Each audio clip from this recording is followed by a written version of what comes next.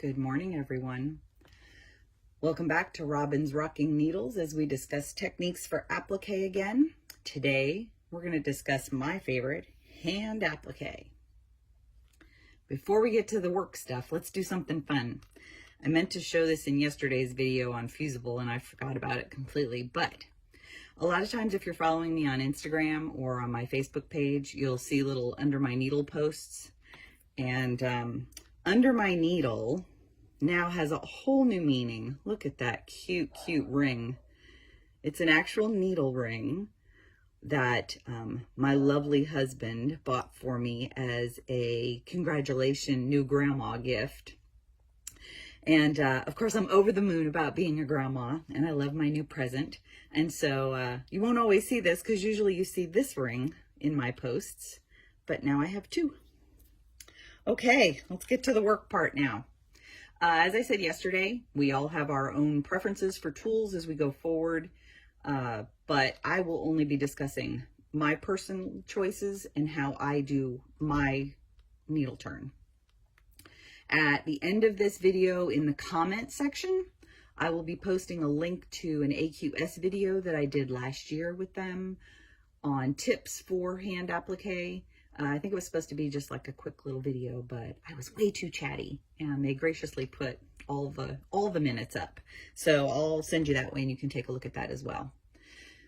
As I said before, my ladies were all done by hand. And so in one of the other videos, we talked about a light box. It was in video 5 when we were talking about vines. And this is the light box that I showed in that video. It's a really good one, Artograph, very bright. I don't know that you're going to need it. I believe that your templates should show well through the freezer paper as well, but it's helpful if you need a little extra boost. Templates. The templates in this, again, like I said, have a decent line on them. Most of them are pretty symmetrical, so there's going to be a lot of reversing, and where you do need to reverse, it's noted. So here's my tip for doing this. If whatever size square of freezer paper you need for the template you're working on, if you fold that in half, make a couple little, lay it on the template and make a couple little tick marks here where the midway point is, and then fold that square in half like this. You only have to trace 1/2 of it. Cut it out, and then you'll get a really nice symmetrical freezer paper template to work with. Freezer paper. We all are very familiar with freezer paper. It has a paper side, it has a shiny side. Hopefully you can see that shiny bit in there.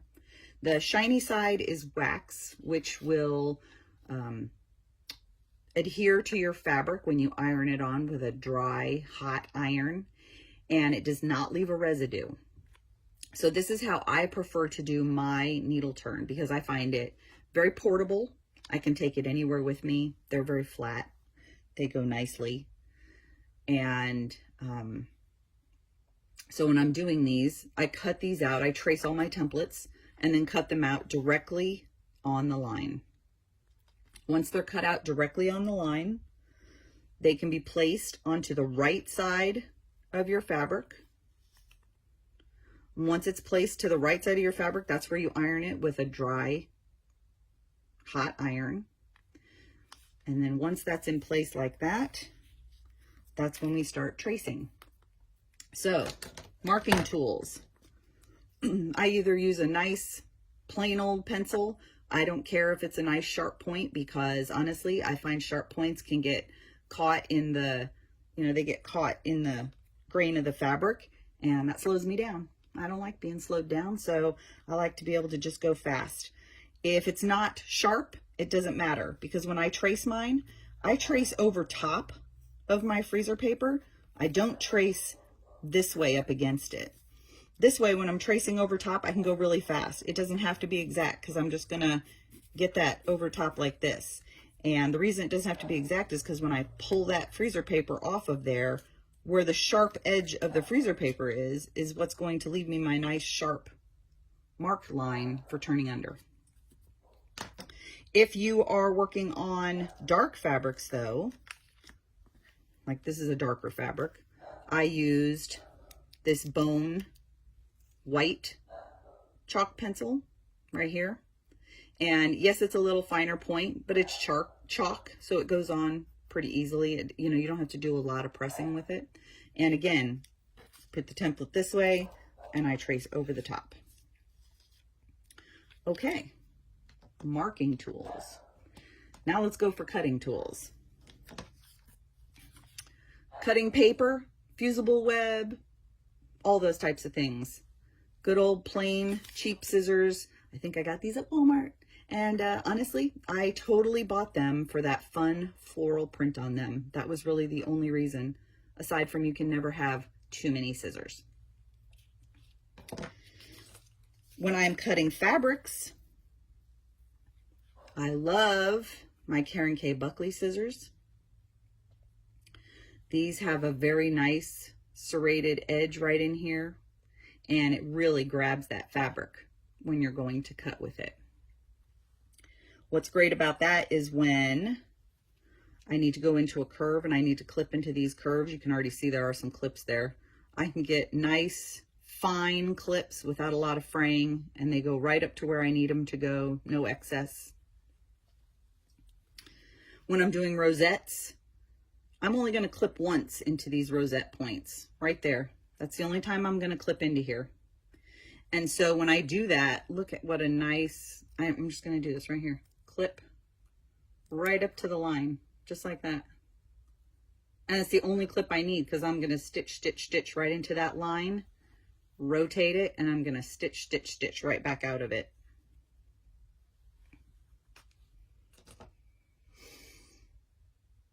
Okay, let's talk basting. So basting, I think I talked about this in one of the Vine videos as well. Favorite glue right here. Roxanne Glue Baste It. And I like it in the Easy Squeeze bottle.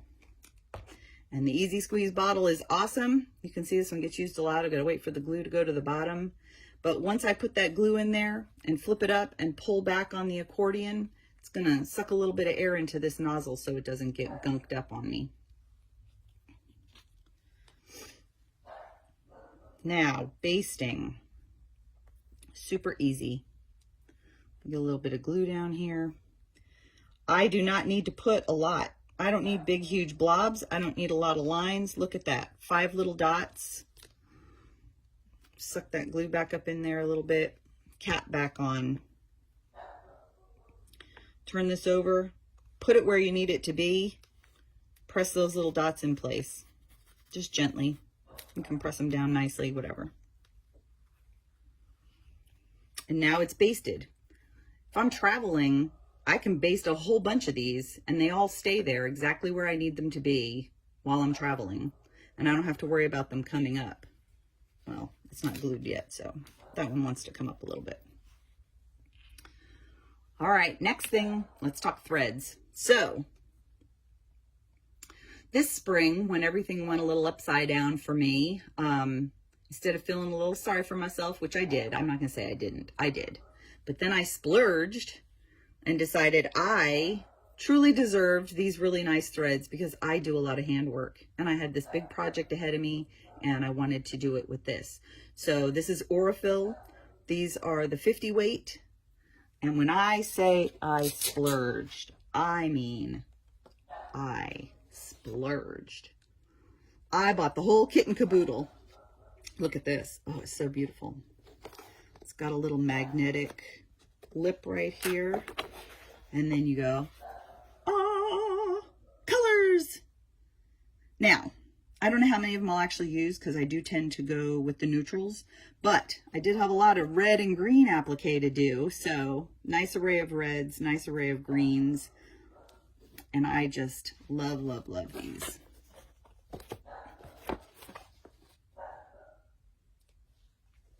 Next.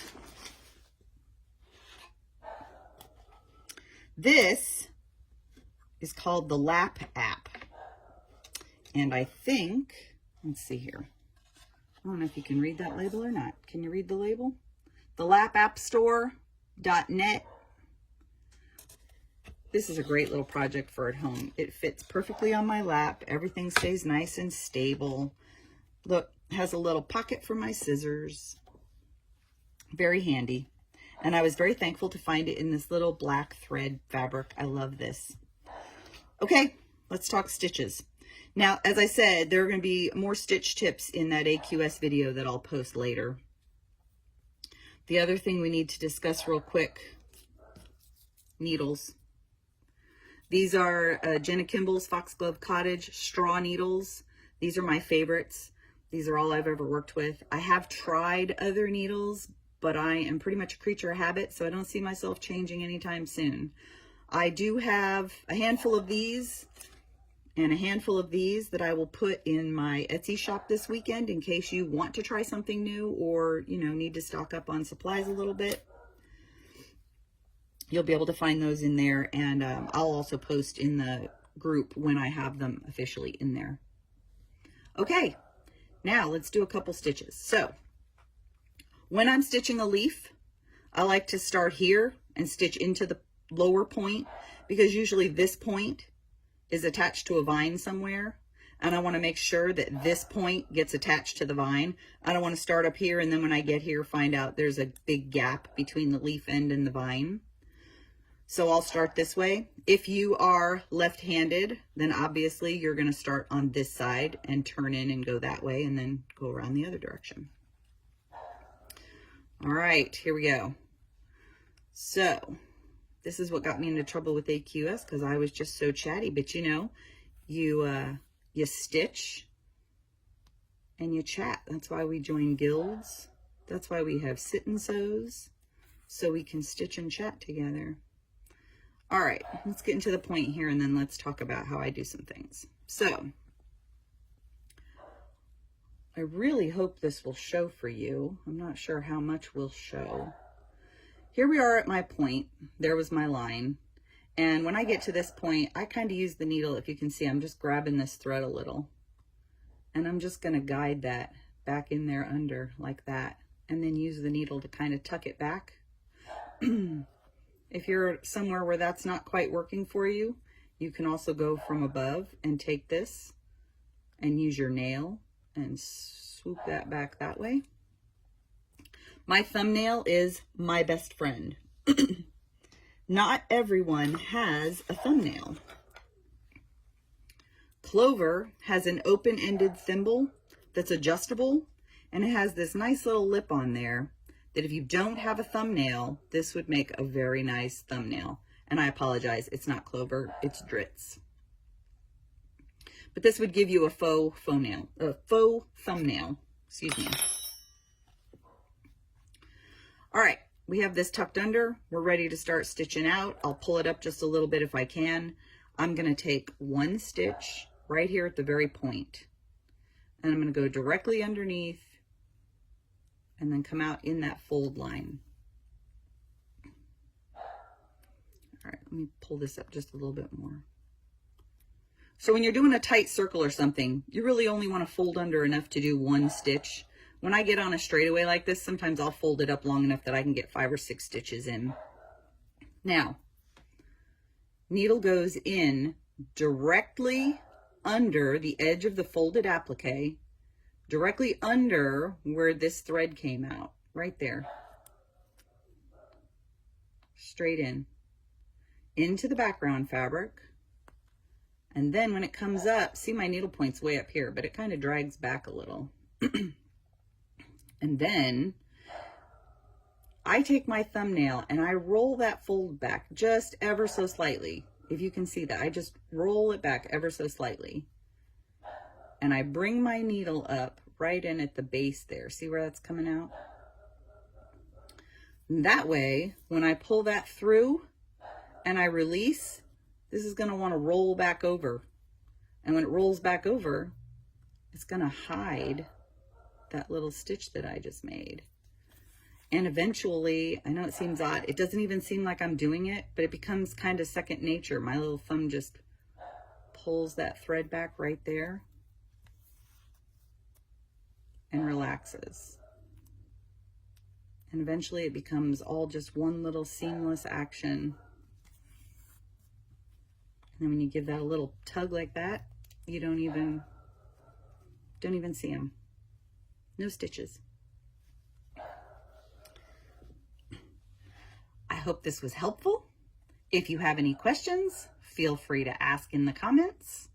And like I said, I will be putting the AQS video link in here. In the meantime, happy quilting.